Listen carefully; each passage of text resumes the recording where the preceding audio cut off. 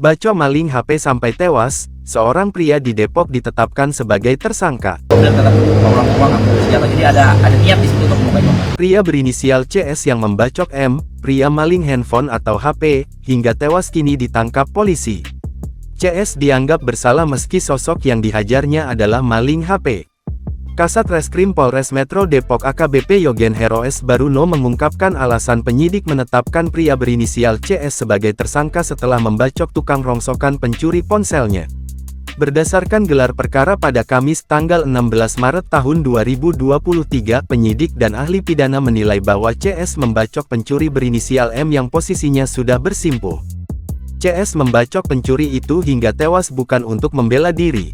Dalam kondisi seperti itu, CS justru mengambil senjata tajam jenis celurit dari rumahnya, lalu menyabet punggung korban. Nyerah, jongkok, HP sudah dikembalikan, sudah meminta maaf, pulang kembali ke rumahnya untuk mengambil senjata tajam atau celurit ya, yang katanya awalnya untuk nakut-nakuti saja, namun kemudian pada saat terlihat membawa celurit, maling HP ini kemudian berontak, ya, karena takut akan dilakukan tindakan penganiayaan. Berdasarkan hal itu, penyidik dan ahli pidana bersepakat menetapkan CS sebagai tersangka. CS dijerat pasal 351 ayat 3 KUHP tentang penganiayaan yang menyebabkan kematian. Adapun pembacokan itu berawal ketika M terpergok mencuri ponsel di rumah CS di Jalan Banjaran Pucung, Cilangkap, Tapos, Depok, pada Rabu tanggal 15 Maret tahun 2023 sekitar pukul 5 waktu Indonesia Barat. M kemudian diamankan oleh CS beserta beberapa warga lainnya. M kemudian meminta maaf. Ya, dalam posisi jongkok ya. Dalam posisi jongkok. Sudah diamankan oleh 2 orang warga di situ. HP juga sudah dikembalikan ke pemilik. Pemiliknya?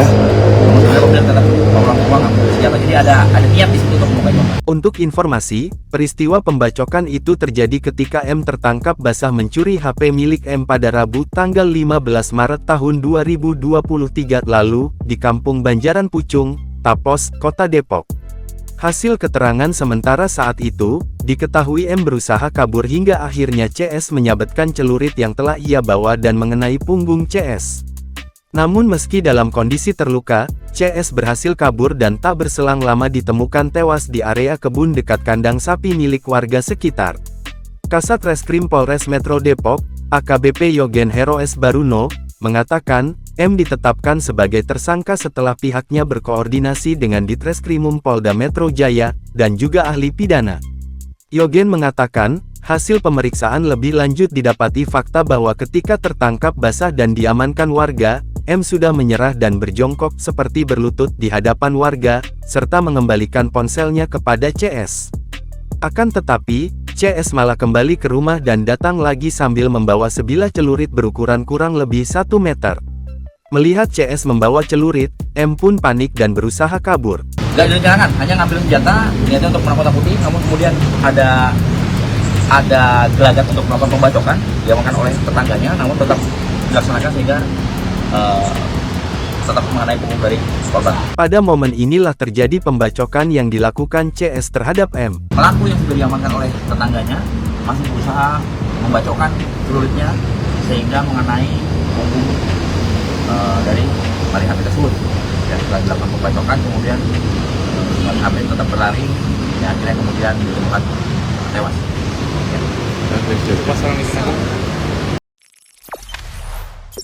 Jangan lupa subscribe, share, komen, dan like ya.